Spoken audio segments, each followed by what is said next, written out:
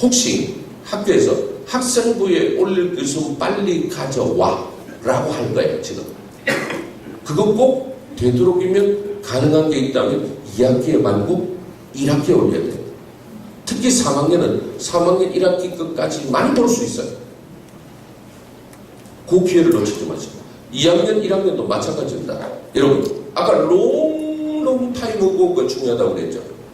이왕이면 2학기보다는 1학기에 올리는 것이 좋아요. 물론 2학기하면 2학기 하는 거지만 그러니까 이런 거죠. 서울대학 자기소개서 맨 뒤에 그거 쓰지 않습니까? 자신의 진로를 결정하게 되는데 가장 영향을 끼쳤던 책 3권을 고르고 그 책이 본인에게 어떤 감동을 주었는지를 각각 200자 내로 쓰시오. 그 딱 그렇게 돼 있어요. 여러분 그래서 동기과정 결과 감상이 있어요.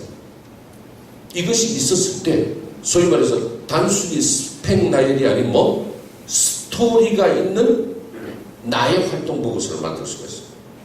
그래서 그 스토리가 있는 것을 만드는 마지막 방법이 이런 겁니다. 여러분 A와 B와 C를 갖춘 D가 되죠. 여러분 이것부터 사정관절을 가려고 만들어야 돼요. 나는 성북구청장이 되고 싶어요. 그래서 내가 고대에 원서를 했다. 고대가 성북구 맞죠? 그럼 고대가 웃기네? 그러죠. 네가 뭔 성북구청장이야? 그래요. 서울시장이 될까요? 얘가 웃긴다 이러겠죠? 아니요. 저는 성북구청장과 서울시장이 되기 위해서 A. 국제 이해력과 B. 리더십과 C. 지역 전문성을 기르는데 내 온 힘을 기울여 왔습니다. 그래? 뭘 했는데? 말씀드리죠.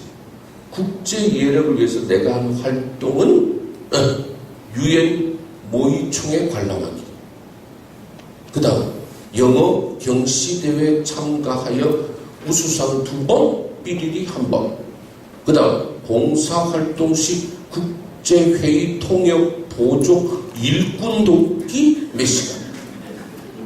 아니 자기 것 중에 그렇게 모으는 겁니다. 아시겠어요? 그러니까 줄기가 있죠. 한편 나는 내 리더십을 보강하기 위해서 교내신문사 국장은 못했지만 취재부장으로 연재 8회, 취재 16회 삐리리를 하였고 그리고 길거리 농구단의 물주전자를 운행하는 총무를 했으며 이렇게 적은 거죠. 또 그 다음 지역 전문성 이야기를 할 때도 나는 모태 성북이다. 엄마 성북, 아빠 성북. 나는 모태 성북. 그대들은 과연 성북동의 변화를 아는가? 나는 초등학교 성북, 중학교 성북, 고등학교 성북이다. 근데 아닐 수도 있죠. 그럼 그럴 때 지역 전문성을 빼고 닦는다는 게 봉사정신. 갈아 끼우는. 여러분 이미 활동은 끝난 거예요. 아시겠어요? 학생부의 활동들을 쭉 보란 말이에요. 보고 보면 건더기가 있어요. 그 건더기를 A와 B와 C라고 하는 3가지로 모으려는 거예요.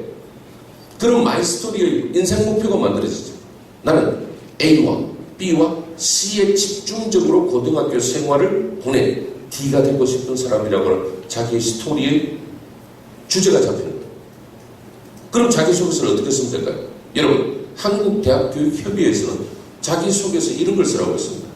자신의 가정환경과 자신에게 영향을 미친 교육환경 및 자신의 꿈을 제시하고 그 꿈을 이루기 위한 고교 시절의 노력을 구체적 사례를 통하여 밝힌 다음 대학 입학 후의 학업계획과 대학 졸업 후의 진로계획에 대해서 말하시오. 여러분 그러면 그대로 이야기해야 돼요. 그럼 제가 지금부터 1분 만에 해보겠습니다. 나는 모태 성북이다. 어쩌고저쩌고 한 집안에서 막내로 태어납니다. 이런 집안 환경의 영향을 받고 중학교 때까지 이런 경험을 바탕으로 해서 고등학교에 들어와서 내 꿈을 입학하자마자 정리할 수 있었는데 그 꿈이 바로 A와 B와 C를 갖춘 D가 되는 것이다. 오케이? 그리고 문단을 끝내. 두 번째 문단에 딱 들어가면 이렇게 하면 돼요. 나는 그런 내 꿈을 이루기 위해서 A. 국제 예력을 기를 때 나의 온 힘을 기울였다. 그 대표적인 활동으로는 1번, 2번, 3번, 4번이 있다. 특히 그 중에서 내가 통역 보조로 활동하면서 만났던 6개국의 홈스테이 사람들에 대한 기억을 통해 나는 이러이러한 것을 얻을 수가 있었다. 이해가 됩니까? 그리고 문단 끝내. 한편 나는 내 꿈을 이루기 위한 두 번째 노력으로 리더십을 기르는데도 내 노력을 아끼지 않았다. 그 대표적인 활동으로는 1번, 2번, 3번이 있는데 그 중에서 가장 인상적으로 기억에 남는 것은 국토순례 대장정 때 5번 벗겨주고 6번 굳은 살찐 부분에서 특히 친구 3명과 함께 한 아이를 위해서 배낭을 이틀씩 나누고 지고 간 경험이었다. 뭐 이런 이야기 쓰면 돼. 마지막으로 나는 내 꿈을 이루기 위해서 C. 봉사정신을 기르는데도 인색하지 않았다. 대표적인 활동으로는 1번, 2번, 3번이 있는데 특히 독거노인 보살피기를 하는 과정에서 설거지 봉사, 반찬 봉사보다 말법 봉사 시간에 나는 그분으로부터 배운 것이 더 많았다. 지금도 기억나는 그분의 말씀. 따옴표 땡땡 찍고 내가 100점짜리 시험지를 갖고 흥분하여 달려갔을 때 그분께서는 이 또한 지나가야 돼 하며 경거망동하지 말라고 하시더니 다음날 60점 시험지를 갖고 울고 있는 나에게도 또 이 또한 지나가리라 하며 용기를 잃지 말 것을 당부하셨던 그 이 또한 지나가리라가 기억에 남습니다. 어렵나요? 지금 A, B, C 다 있죠.